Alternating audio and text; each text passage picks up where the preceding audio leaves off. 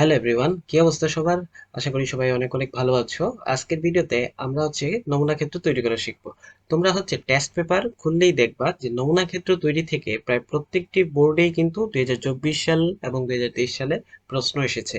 কাজেই নমুনা ক্ষেত্র টপিকটা কিন্তু খুবই সিম্পল মনে হলেও এখানে কিন্তু আমরা অনেকেই ভুল করে থাকি। তো আজকে আমরা নমুনা ক্ষেত্র রিলেটেড যা যা ইনফরমেশন আমাদের জানা দরকার একদম শুরু থেকে জানবো। তো চলো শুরু করি। এই ভিডিওতে আমরা শিখবো প্রথমেই নমুনা ক্ষেত্র কি, তারপর মুদ্রা নিক্ষেপের ক্ষেত্রে নমুনা ক্ষেত্রের যে শর্টকাট টেকনিক ইউজ করতে হয় সেটা, এবং প্রবাবিলিটি ট্রির মাধ্যমে আমরা কিভাবে নমুনা ক্ষেত্র তৈরি করতে পারি সেটা শিখব। তো চলো আমরা শুরু করি। তো প্রথমে নমুনা ক্ষেত্র কি।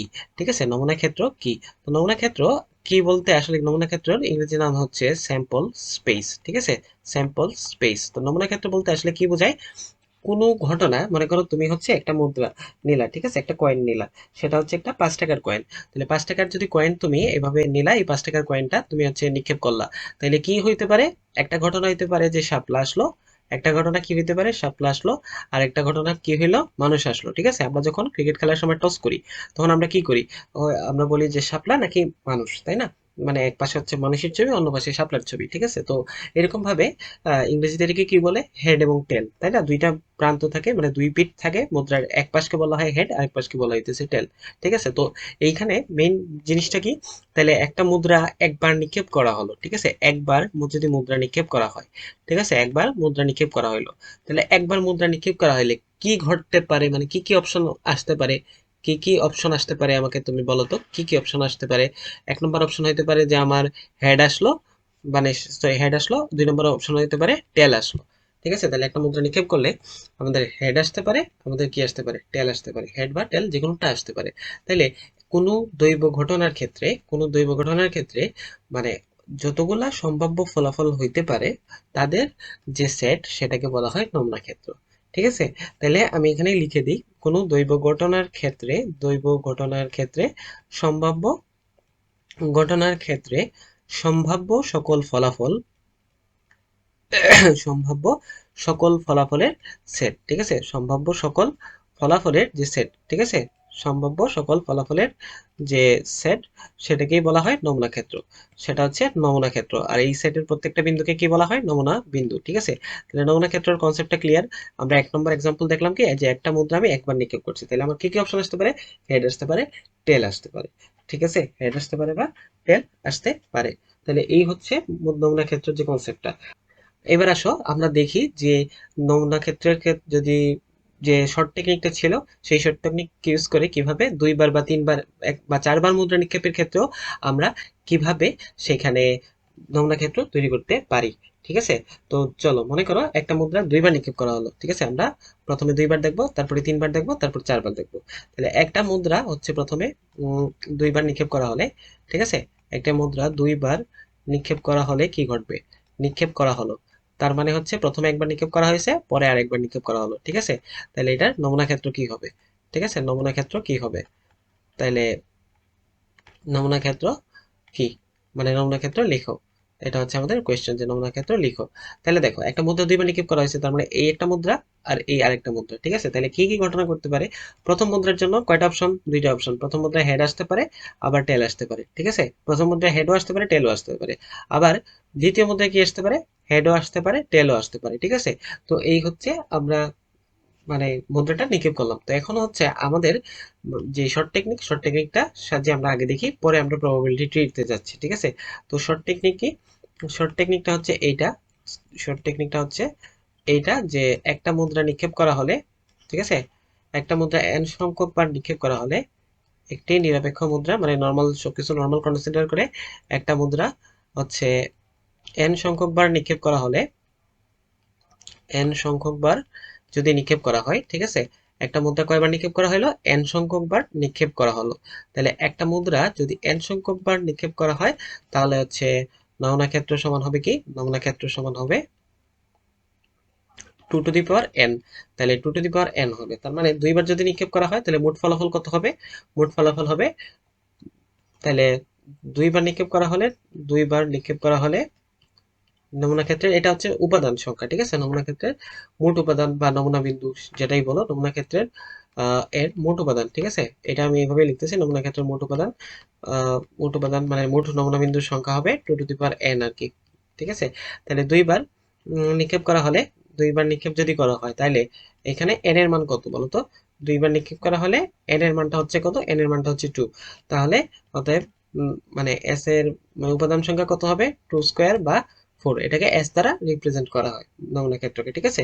আচ্ছা, তাহলে এবার দেখো, এবার তো 4। এবার শর্ট টেকনিকটা কি? শর্ট টেকনিকটা কিন্তু এটা না, শর্ট টেকনিকটা 2n না। শর্ট টেকনিকটা কি? শর্ট টেকনিকটা হচ্ছে এই যে টোটাল ফলাফল আসলো, টোটাল ফলাফল 4, তার অর্ধেক হচ্ছে 2, তার অর্ধেক হচ্ছে 1, ঠিক আছে। আমরা 1 পর্যন্ত যাব, ঠিক আছে। আমরা প্রথমে 4 কে নিলাম, 4 কে 2 দ্বারা ভাগ করলে 2 আসলো, তারপর আবার 2 কে 2 দ্বারা ভাগ করলে 1 আসলো, ঠিক আছে। তাহলে 4 কে আমরা 2 দ্বারা ভাগ করলাম, 4 কে ভাগ করলাম কত দ্বারা? 2 দ্বারা, কত আসলো? 2। তারপর আবার 2 কে ভাগ করব 2 দ্বারা, কত আসলো? 1। 1 এ আসলে থামে যাব।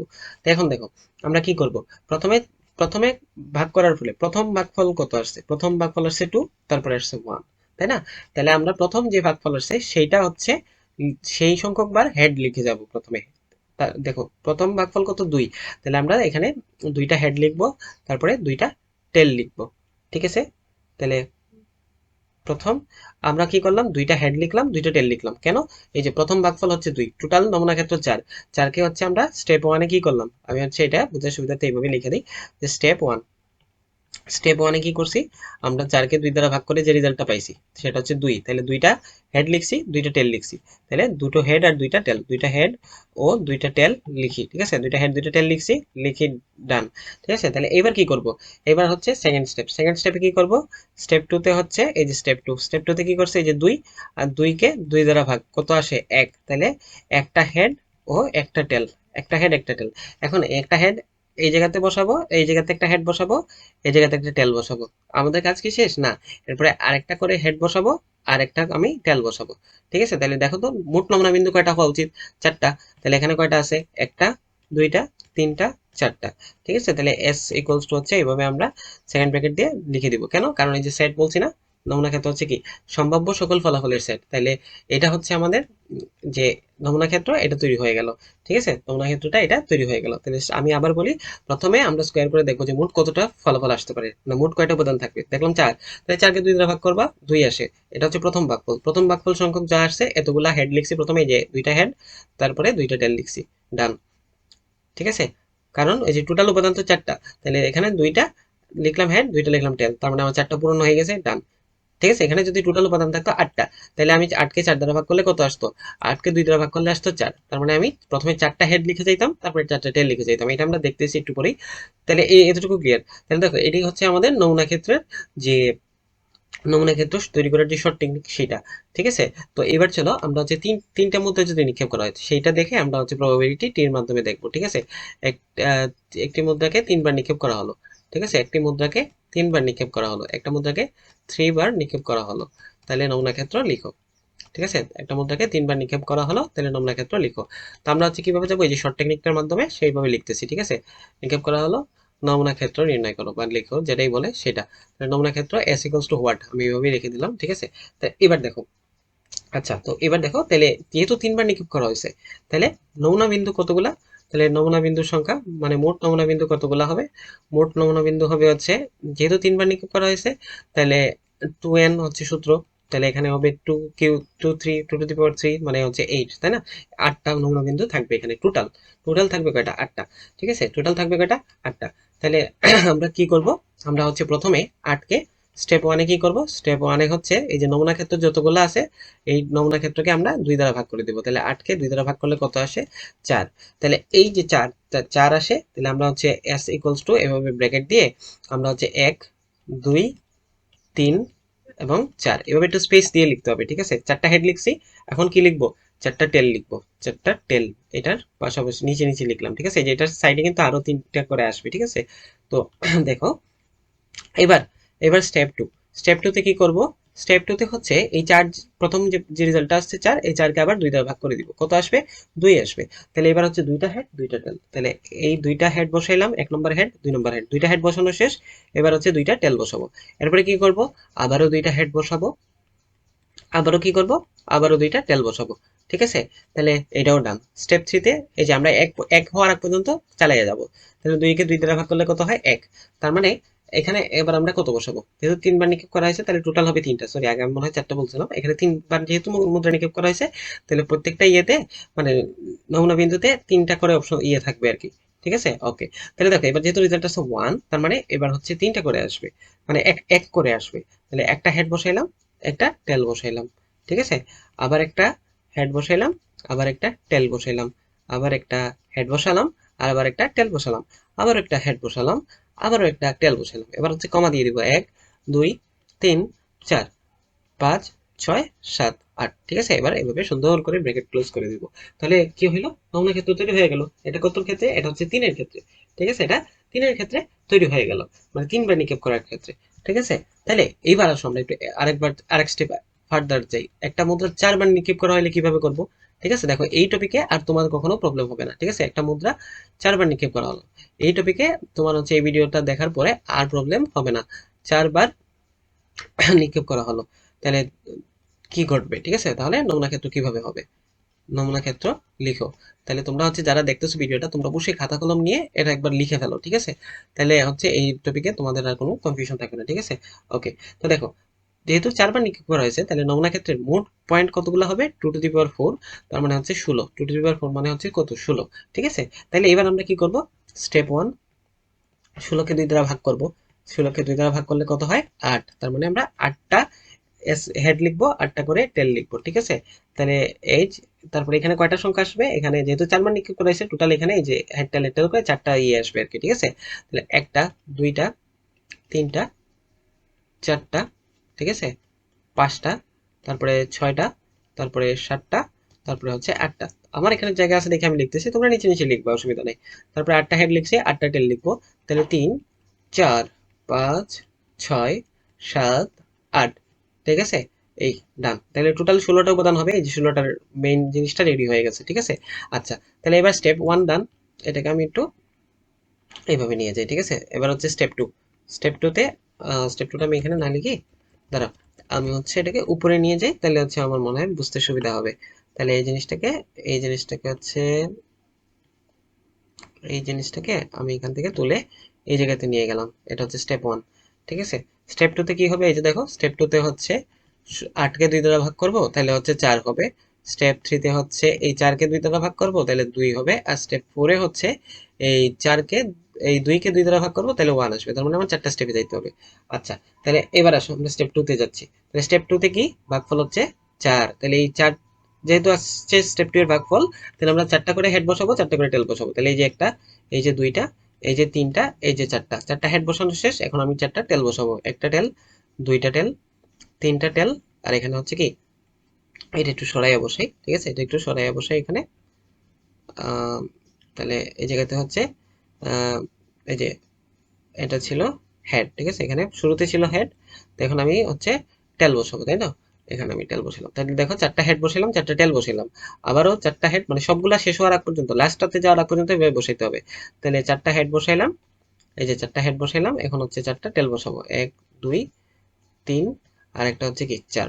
ঠিক আছে, 3 এবং 4। তাহলে এটা একটু সরাই দিই। ঠিক আছে, এখানে আমাদের আর একটু জায়গা লাগবে, 3 এবং হচ্ছে 4। ঠিক আছে, ডান। তাহলে এবার দেখো 3 4। তাহলে এখন হচ্ছে আমরা 4-এর পরে স্টেপ 3, স্টেপ 3 তে 2, ভাগফলের রেজাল্ট হচ্ছে 2, মানে আগেরটাতে ছিল 4, তাহলে এবার হচ্ছে 4কে 2 দ্বারা ভাগ করলে 2। তাহলে আগে 4টা করে বসাইছি, এখন 4-এর অর্ধেক 2, 2 করে বসাবো। ঠিক আছে, তাহলে 2 করে বসাইলে 2টা হেড বসাই, একটা হেড, 2টা হেড, মানে 2টা হেড বসাইলাম, 2টা টেল বসাইলাম, 2টা হেড বসাইলাম, 2টা টেল বসাইলাম, আবার 2টা, এই যে দেখো 2টা হেড বসাইছি, 2টা টেল বসাইছি, 2টা হেড বসাইছি, 2টা টেল বসাইছি। ঠিক আছে, তাহলে আবারও 2টা হেড, এই যে 2টা হেড, আবার হচ্ছে 2টা টেল, আবার 2টা হেড, আবার 2টা টেল। ঠিক আছে, ক্লিয়ার। এবার হচ্ছে 2-এর অর্ধেক 1, তার মানে এবার একটা করে হেড, একটা করে টেল, একটা করে হেড, একটা করে টেল।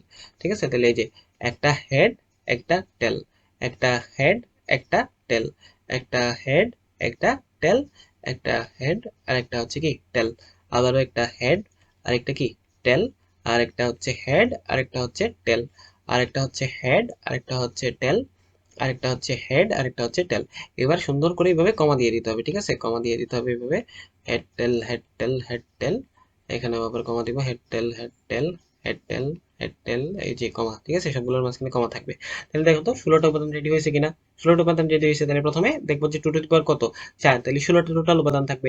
16 আর দেখ কত 8, তাহলে 8টা হেড বসাই দিছি এক সিরিয়ালে, তারপরে নিচে আবার 8টা টেল বসাই দিছি। তুমি হচ্ছে 2 লাইন করে বসাও, প্রথমে 4টা বসাও হেড, তারপরে আরো 4টা, টোটাল 8টা হেড বসাইছো, তারপরে আবার ওইভাবে বসাও। ঠিক আছে, তো যেবার তো 4বার নিক্ষেপ করা হয়েছে, তাহলে প্রত্যেকটা উপাদানে দেখো 1 2 3 4 4টা করে উপাদান থাকবে। ঠিক আছে, তো এরকম আর কি। তাহলে অর্ধেক অর্ধেক করে বসাইয়া যাইতে থাকবা। তাহলে তোমরা যদি এই জিনিসটা আমার সাথে সাথে করো একবার ভিডিওটা সাথে সাথে, তাহলে দেখবো যে এই রিলেটেড কিন্তু কোনো কনফিউশন আর থাকবে না। তো এবার হচ্ছে আমরা প্রবাবিলিটি ট্রি এর মাধ্যমে দেখবো। ঠিক আছে, এবার হচ্ছে আমরা প্রবাবিলিটি ট্রি এর মাধ্যমে দেখবো। তাহলে প্রবাবিলিটি ট্রি হচ্ছে আমাদের নেক্সট টপিক। তো এটা শুরু করার আগে তোমাদের প্রতি একটা রিকোয়েস্ট থাকবে, তোমাদের যদি এই ভিডিওটা ভালো লাগে তাহলে হচ্ছে একটু কষ্ট করে অবশ্যই একটু সাবস্ক্রাইবটা করে দিও। আর তোমাদের যদি কোনো কনফিউশন থাকে তাহলে আমাকে কমেন্টে জানাবা, অথবা ভিডিওটা কেমন লাগলো বা ভিডিওটাতে কোনো যদি মানে কোনো জায়গাতে বুঝতে তোমাদের অসুবিধা হয় তাহলে আমাকে কমেন্টে জানাইতে পারো। ঠিক আছে, তো আবার শুরু করি আমরা। চলো এবার হচ্ছে আমরা দেখবো প্রবাবিলিটি ট্রি। প্রবাবিলিটি ট্রি, তাইলে প্রবাবিলিটি ট্রি হচ্ছে কি, এই জিনিসটাকেই আমরা নমুনা ক্ষেত্রটা তৈরি করব কিন্তু হচ্ছে প্রবাবিলিটি ট্রি এর মাধ্যমে। ঠিক আছে, তাহলে দুইবার মুদ্রা নিক্ষেপের ক্ষেত্রে কি ঘটবে, দুইবার মুদ্রা নিক্ষেপ। ঠিক আছে, আমরা হচ্ছে যে দুইবার মুদ্রা নিক্ষেপের ক্ষেত্রে প্রবাবিলিটি ট্রি আঁকতেছি। ঠিক আছে, তাহলে দুইবার মুদ্রা নিক্ষেপ করা হয়েছে, তাহলে এটা হচ্ছে আমাদের প্রথম মুদ্রার পিঠ, এটা হচ্ছে মনে করো প্রথম মুদ্রার পিঠ। ঠিক আছে, মুদ্রার পিঠ, এটা হচ্ছে প্রথম মুদ্রার পিঠ। এই যে, তাহলে দেখো মুদ্রার পিঠ এটা।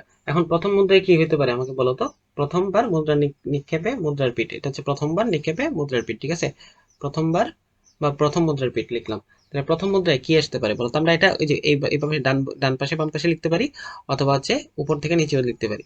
ঠিক আছে, এটা আমাদের যেভাবে ইচ্ছা, আমরা উপর থেকে নিচে এভাবে যেতে পারতাম, অথবা ডানে বামে লিখতে পারতাম। আমি এখন উপর থেকে নিচে গেলে একটু মানে বেশি দেখাবে, তাই আমি হচ্ছে উপর থেকে মানে ডান বাম থেকে ডানে লিখেছি আর কি। ঠিক আছে, তাহলে দেখো এখানে হচ্ছে দেখো দুইটা অপশন।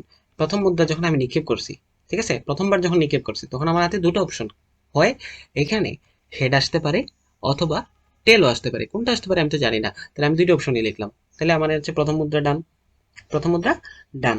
এবার হইতেছে কি হইলো, প্রথম মুদ্রাতে হেড আসলো, প্রথম মুদ্রাতে মনে করো হেড চলে আসলো।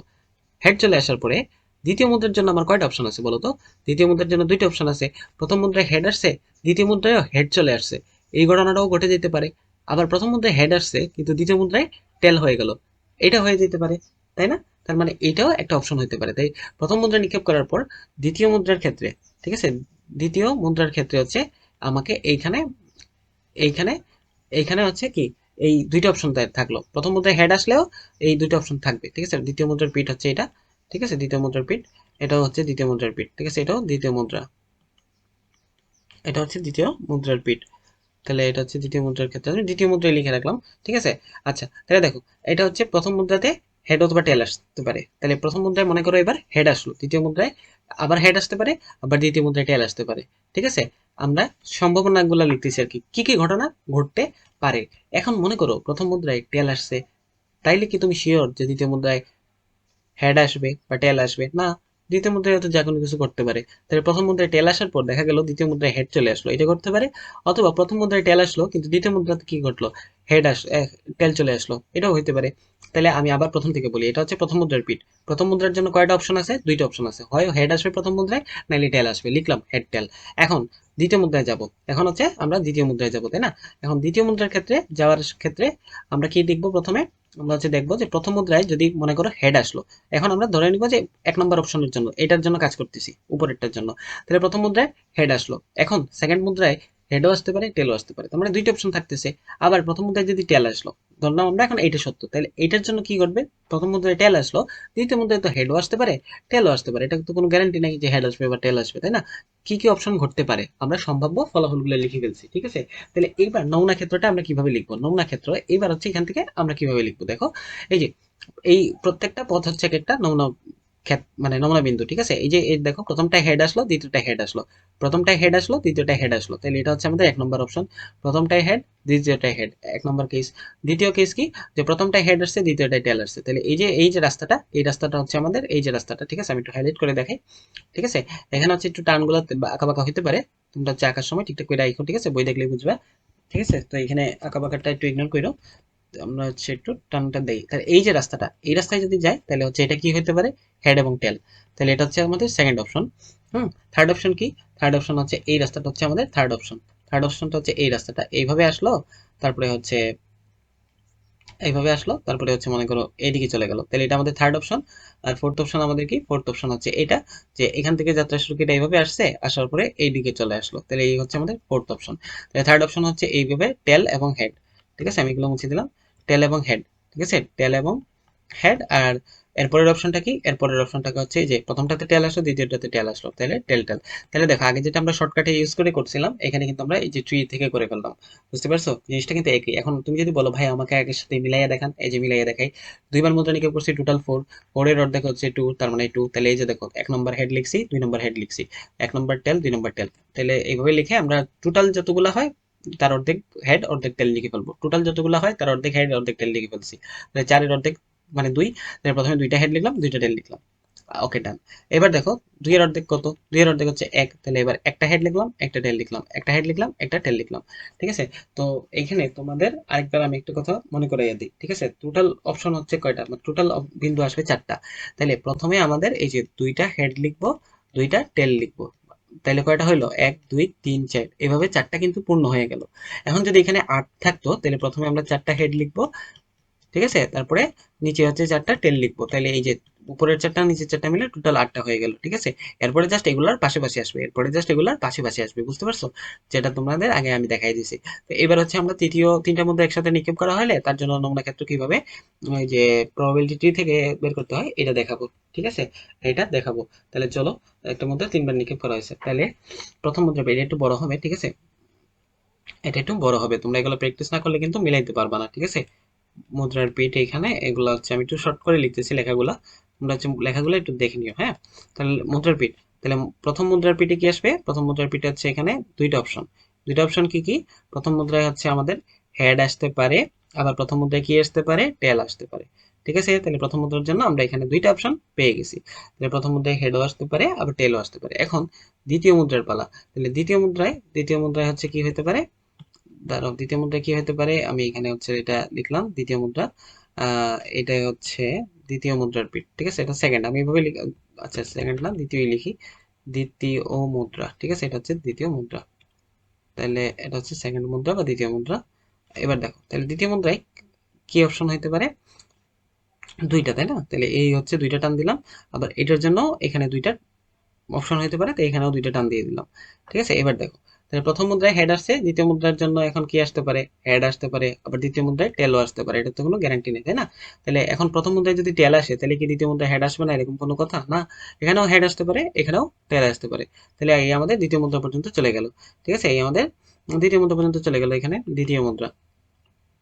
এটাও হচ্ছে দ্বিতীয় মুদ্রা। আমরা কি লিখতেছি? আমরা আসলে সম্ভাব্য যে যা ঘটনা ঘটতে পারে সেটা হচ্ছে ট্রি এর মাধ্যমে দেখতেছি। ঠিক আছে?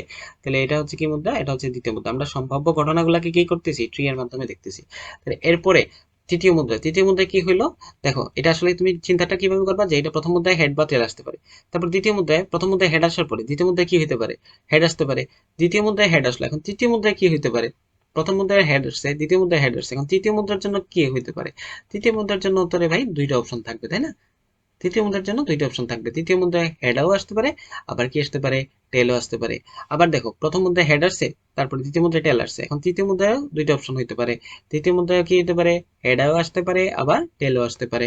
ঠিক কিনা?